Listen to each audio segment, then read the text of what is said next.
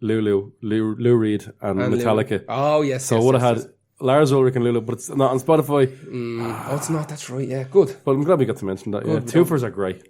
Yeah, that's Jerry Lee Lewis. Yeah, just a scumbag. Just a not a nice person, and it's still alive being a not a nice person. He must be fucking 89 now, is he? I think he's about that. Anyway, here's your next one. My next one is not a particularly unlikable guy. Certainly not a bad guy. Just a sanctimonious God complexy guy, and it's Bono. Oh, I like Bono to a degree. I like U2 a lot. I don't know why people shit on U2. I really don't. Because only Irish people shit on U2. That's true. And it's the man of the hill syndrome is what it is. The begrudgery thing. Yeah, the man of the hill. Yeah, it is. Yeah, it is. I know that they haven't put out great record in a while, maybe 10 years or something like that. I'm not putting out bad stuff. And when they did, it just arrived on your fucking phone. That's one of the reasons I have them on this as well. That kind of annoyed me. That's the level of arrogance. It's just sanctimonious, isn't it? Just like everybody wants it, surely. It's it's the pure ego of this lad. And now I will say this: he has done more for people in general than a lot of people have. 100%. Like his philanthropy is probably. It's definitely higher than any other rock star in the world. I reckon probably, like, other people put more effort in. He's just got more influence and more pull. Yeah, and he does more since in the terms 80s, of, he just does it better. Yeah. He has definitely been consistent. Yeah. Like, even going back to looking at that fucking Christmas song, Do They Know It's Christmas Time, Shite, and Live Aid. And he was the best bit on that. He was. Apart from Simon Le Bon from Duran Duran. That's right. But, like the iPod story where they put Songs of Innocence on the iPad in 2014 was one of those where Apple had to come out with a special bit of software to remove it. Like, if I was putting my thing on random and that song came on, that wasn't a particularly good album. It just arrived. That's what was fucking... Like, I up until like 2 years ago, I had iPhone. Yeah. And I'll never forget that day that happened. Now... If I had got an email off... Was it an iPhone or an iPod? iPhone. It was an iPhone, yeah. iPhone, Anybody who had iTunes, I think, installed, got it. But if I had got an email or even a little pop-up message on my phone saying, the new U2 album is here and it's free, do you want to download it? Yes or no. That would be perfectly fine. But I just I looked at my phone in the morning and there it was in my iTunes. Same thing, hit and play. And even people that didn't buy this new... Oh, wow. Anybody who had iTunes. You see, what I'm mistaken the fact that I think it might have been 2009 they released an iPod with their special edition. There was a special edition with iPod. Their entire back catalogue on it. Right, I'm getting that. That's why I'm getting mistaken. No, that flopped badly. Of course it did. It was a weird colour and everything. It was black with a red circle. Yeah. They definitely had their own iPod. Yeah. That crashed and burned like a motherfucker. I was reading a little bit about why... I didn't know about this. A lot of Irish people haven't liked Bono from early on because of U2 opposed NORAID, which was the organisation that funded the IRA during the Troubles, and they came out and had a thing about that. Mixed with the fact that he has an honorary knighthood, that's going to draw a lot of criticism from certain Irish people. Yeah. I personally don't give a shit. I don't give a bollocks. No, whatever. I'd take an OBE for the crack. No, I wouldn't. No. Would you not? No, absolutely not. No. You can have mine. You can have mine, you mean? Whatever. I'll have two. You're just pushing another one onto me. That makes no sense at all. You take two, or I'll take two. No, whatever about fucking Bono and whatever about me being not hugely political. I have my opinions. It's definitely not for this podcast. If you but the whole fucking English monarchy thing, fuck off. If you get an OBE, does that mean you can eat swan with the Queen? I think you can eat the Queen out. Oh, fucking chow down on Browntown for the Queen. Yeah. Imagine. Downtown Abbey. Which is what I used to think it was called.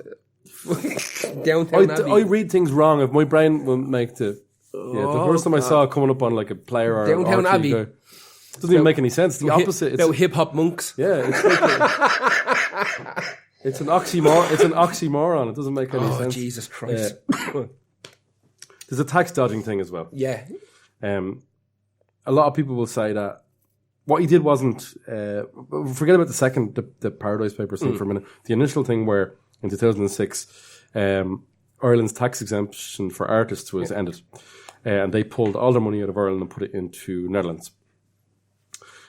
which is legal for them to do. Yep. At the time, Just dirty. just dirty because tax does pay for the poor. Yeah, but also, do you know what? The more I think about stuff like that, I know Ireland used to be a tax haven for artists. That's why we had a lot of people own houses here. A lot of people had businesses running out here. You know what I found out recently? Pornhub is based in Dublin, in the IFSC. Really? Pornhub.com is based in Dublin.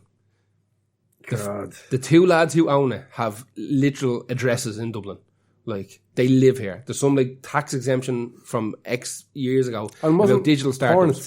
Funny because porn itself was illegal for like much. But you don't think any of it's produced here? No, but I'm saying it's kind of weird. Yeah. That's crazy. How fucked up was that? I only found that out the other day. In the IFSC, there's a door you can knock on.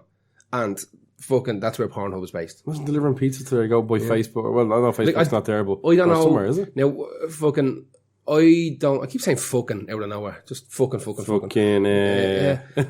I don't believe that much work is done there. I just think that they're corporate. But I don't think there's like hundreds of people clacking away. Do you know what I mean? I think it might be just a shitty office. Well, that's where they get their tax haven. If they exactly. So that their HQ is here and the owners are here. But I think all the offices and where they do the programming and maintain the websites there in like Quebec and Montreal and Paris. They've offices all over the world. But their HQ is in the IFSC on the north side of Dublin. Imagine their HR department. Do you imagine? No HR department. There's probably no lads really. No, they'd be just programmers. 2 or 3 people there. Just programmers. Yeah. But anyway, Bono. Yeah, so like the way I feel about the tax thing as well, he does a lot for charity and he does get a lot of money put into it. Doesn't want to make any of it his money. The other side of it is he might not agree with how Irish government spends his tax money. True. Which would be a considerable amount if they started taxing. So I will put that aside for a minute. He was shown up in the Paradise Papers, that was a few years ago, about taking advantage of massive amount of tax avoidance schemes and tricks. But I think that's the nature of the beast as well. There's not a company or even a philanthropist out there that's not trying to not give money. You know what I mean? Like, it's really a tough one to he doesn't want to trust other people taking his money and spending it, which I kind of get a little bit. I'm not entirely happy about. I'm sure no one's happy about their tax, the way it's been spent. Oh, absolutely. Especially. Yeah, it doesn't seem like, maybe he does give loads of his money away to charity. All I know is he tells other people to. Yeah. Or else at least tries to. He does do a lot. Another reason that people, I think it was 2006, it's not his fault. This is not his fault. But it just made Irish people just roll their eyes even more at Bono and the state of maybe the way the internet is playing things. He was voted Woman of the Year. Woman of the Year? By Glamour magazine, who only ever voted women as a thing, and it was just slated. They said, yeah, because he started a lot of charities. Yeah. I think he started a charity called Poverty is Sexist or something like that, about like how women would be affected way more during poverty and stuff like that. And it was a real success in terms of getting exposure out there for stuff like that. So that was and he does do a lot. But then again, he loves it. He fucking loves it. What I say about Bono is that you watch interviews with him and he's fucking creepy. Like he has this creepy crawly gene and this slimy kind of gene where he talks like a politician, but he's trying to be like the cool dad politician. I know, it's strange. I know exactly. It's really hard to describe. Yeah. And he speaks a little bit slower and lower than you think he should. But I think that's to make him like, so people who maybe like English might not be their first language, because he's working on all these charities so they can understand every word that their God says to them. Yeah, he makes his voice seem more saccharine or something. Yeah, but he does that, you know, that Conor McGregor thing? It's like, I would like to say to you where he wants to put a marketable voice out there. That's crazy. So as opposed to talking like me and you, it's like, I am going to go to Madison Square Garden on the 25th of... Like, he does his Bono version of that. Yeah. And it's dirty. I hate it. I hate it. When it's all said and done, right, Bono has done more for music and for humanitarian causes than, let's say, Phil Lynott. And the reason I mention Phil Lynott is there's a lauded statue of Phil Lynott. There probably won't be one ever of Bono. Yeah. The nearest thing you'll see is just a plaque when he dies. The picture that's on the side of the Temple Music Centre, the silhouette. I went to the same school as Bono. Did you? Yeah, and there was like pictures of him. He used to play rugby. You see, there we go. Yeah, exactly. And this would have been in the way back when, before rugby was in any way cool. Yeah. You know, before Hoynigan got a hold of it. Like, this would have been... Roche. Yeah. Oh, Gorge. Yeah, 100%. So there was pictures like of him in the rugby team on the walls. They never made a big song and dance about it. It was just, it was there, you know. Like, I find Bono a bit annoying. That's why I put him in my Insufferables. If I see an interview with him, I won't watch it. I'll turn off. The only sound was Larry Mullen. Like, Larry Mullen seems sound. Yeah. Like, just a normal bloke. Like, Yeah. you'd have a point on him. Yeah. Boom, a fag up him, you know what I mean? Yeah. Like, the rest of it would be like, absolutely not. You know what I mean? You got the weird artsy robot one. Clayton? Yeah. Yeah. Right? No interest.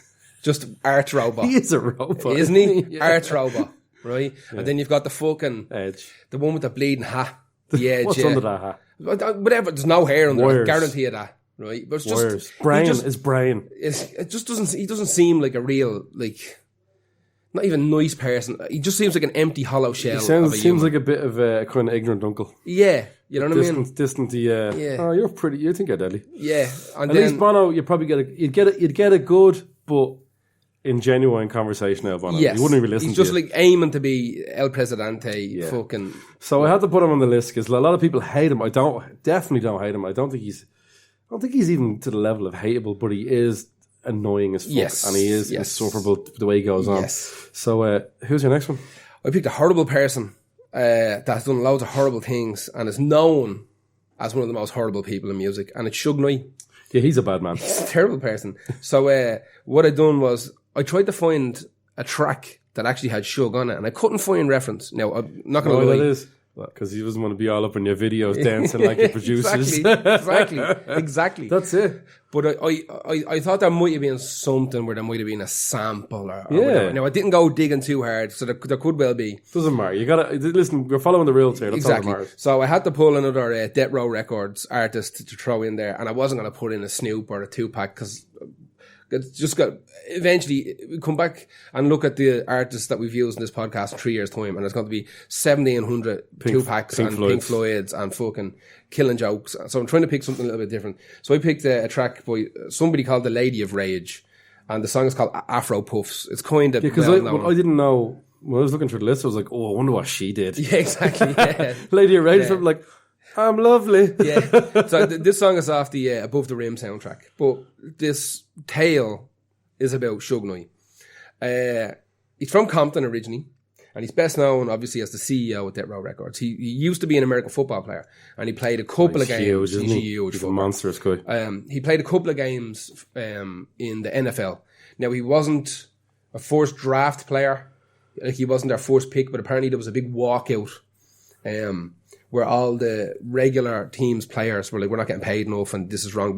Yeah. So they picked all these like B-listers, and that's how we got to play it was the Los Angeles Rams he played for. He started off as a bodyguard for Bobby Brown.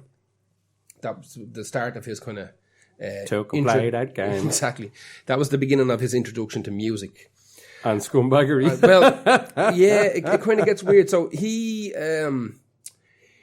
started managing artists while he was working as a bodyguard. And that kind of makes sense as well, because he could he was being introduced to people, and the people that were being introduced to Bobby Brown, that Bobby Brown wanted nothing to do with, he might, if he saw something in them, he'd take them under his wing. He probably just went up and goes, do you want me to be your manager? And they went, no. And he went, I'll ask you again. Yeah. Do you want me to be your manager? Okay. So there was a guy called Mario Johnson, and he was one of Suge's kind of talents. Now, this is he has no record label, anything like that at this stage. Yeah. He's thinking about starting a record label. He seems like I could do that kind of guy. Kind of. I could do that. So he's trying to, he starts a management company, I think. I think it's a management company. Now, whether he actually starts a company or whether he just says that he has started a management company is definitely up for debate. So he has this artist called Mario Johnson, and Mario Johnson is 100% convinced that Vanilla Ice used a sample from his song for Ice Ice Baby. He's absolutely convinced of this. So Suge fucks off the Vanilla Ice's hotel room, knocks on the door saying, listen, I'm here with Mario Johnson. I think there's